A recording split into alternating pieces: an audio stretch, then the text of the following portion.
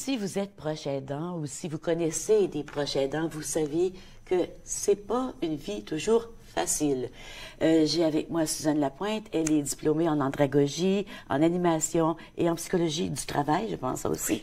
Et vous donnez des conférences, vous accompagnez les gens qui sont des proches aidants pour leur permettre de vivre pleinement et de ne pas se sentir brimés et opprimés. Merci beaucoup d'être là. Ça me fait plaisir. Vous donnez une conférence le 4 avril, je pense. Oui, hein, en effet. Qui s'intitule comment, la conférence? Survivre en tant que proche aidant.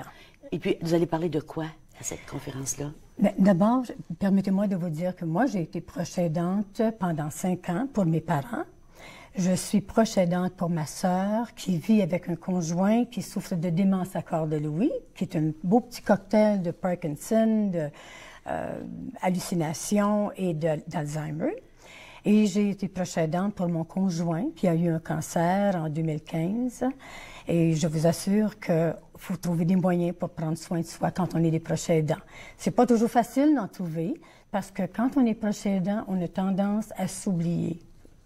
S'oublier et qui nous amène souvent à l'épuisement total et trouver des moyens pour se prendre soin de soi, c'est un défi. Alors moi, j'ai décidé de développer une conférence pour venir en aide aux proches aidants. Oui, oui. Pour... Oui. Quand vous avez été proche aidante, bien sûr, le plus grand défi, vous dites, c'est difficile de prendre soin de soi. Mais pourquoi c'est difficile de prendre soin de soi? Parce qu'on vit beaucoup de culpabilité quand on est proche aidant. C'est surtout ça que l'on vit. On se sent parfois même coupable de la maladie de l'autre. Et la culpabilité, et j'en parle dans ma conférence, c'est un sentiment qui semble habiter le subconscient féminin, surtout féminin, parce qu'il y a plus de proches aidants femmes que d'hommes. Et je pense que, surtout ma génération, on a l'impression que prendre soin de quelqu'un, consacrer sa vie à prendre soin de l'autre, ça habite l'inconscient féminin et on prend tout sur nos épaules. Mais en quelque part, c'est très féminin. Dans l'archétype féminin, prendre soin de l'autre, c'est au départ. Je veux dire, c'est ça. Mais prendre soin de l'autre n'exclut pas prendre soin de soi. En effet. Et prendre soin de soi. Parce que le but, c'est pas... Parce que moi, j'ai été proche aidante. Moi aussi, mon mari est décédé il y a 5 ans d'une forme de démence affreuse. Et un Alzheimer mélangé avec la frontotemporale. Je sais ce que c'est. J'ai eu beaucoup de gens malades autour de moi. J'ai été proche aidante. Et c'est vrai qu'on a tendance à s'oublier. En effet. Mais on ne voudrait pas... On n'aime pas se faire dire... Ah ben là, prends des vacances, va-t'en, va te reposer. Comment tu peux te reposer quand tu sais que ton mari ou ta mère ou ton père ou ton frère est souffrant à la maison, qu'il n'y a personne pour s'en occuper? Mais c'est ça, comment prendre soin de soi quand, quand notre cœur, notre corps et notre esprit sont en alerte constante pour prendre soin de l'autre? Justement.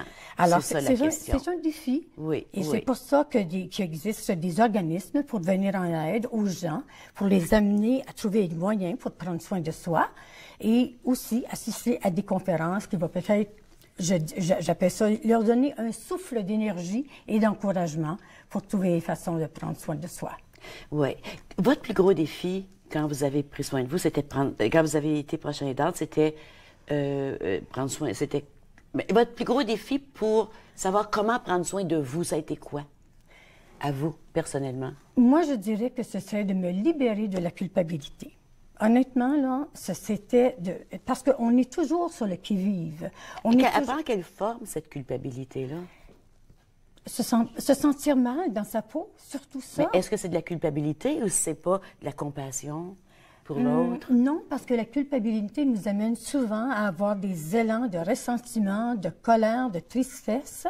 Et c'est ça, je pense qu'on devrait s'assurer d'avoir des petits essuie-glaces qui souvent nous permettraient de se débarrasser de cette culpabilité-là. Alors, mais oui, je suis d'accord.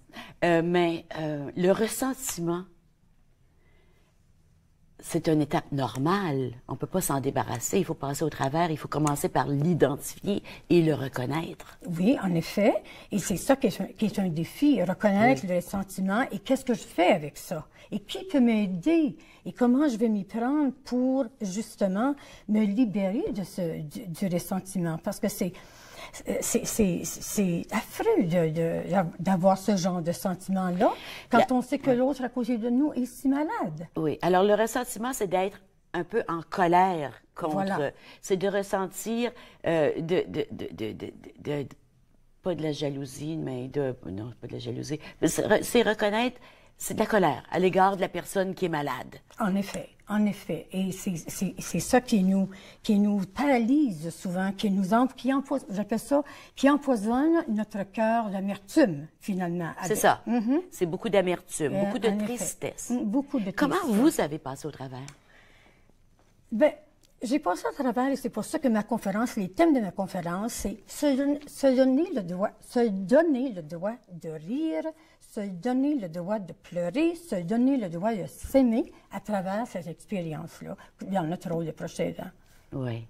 Puis, est-ce qu'il y a des personnes, des lectures, des films, quelque chose qui vous a aidé, quelque chose en quelque part? Qu'est-ce qui m'a aidé le plus? Je pense que se créer un réseau d'entraide, des gens en qui on a confiance, avec qui on peut partager nos préoccupations, nos peines, nos inquiétudes. Je pense que ça, c'est un des moyens. Moi, j'avais une amie, Julie, puis j'avais ma sœur, puis je leur disais, puis mes deux fils, puis je leur disais, vous devez être tellement tannés de m'entendre répéter la même chose à tous les jours, mais je ne pouvais pas dire autre chose. Je ne peux pas dire autre chose. Mais je pouvais rire de la situation. Je me permettais de rire de ce qui se passait. Parce que des fois, c'était vraiment, là, avoir filmé ce qui se passait, là, c'était comme une comédie, là. Donc, j'avais la capacité de me sortir et de regarder ça d'en haut. Exactement. On a besoin d'une personne, d'être accompagné par des gens qui, justement, vont avoir la capacité de nous écouter. Absolument. Avec un cœur chaleureux, avoir la capacité d'avoir de l'empathie sans nécessairement trouver pour nous toutes les solutions. Exactement. Écouter avec notre cœur. Alors, la première chose, c'est de se trouver des vrais amis. En effet, exactement. Puis moi, j'ai toujours dit, Julie, Lucie, Jean-François, Pierre-Yves, merci, parce que si ça n'avait pas été de ces personnes-là, en effet, je serais revenue folle. En effet. Hein? Et, oui, on va à la pause, on poursuit après. Merci. Reste avec nous.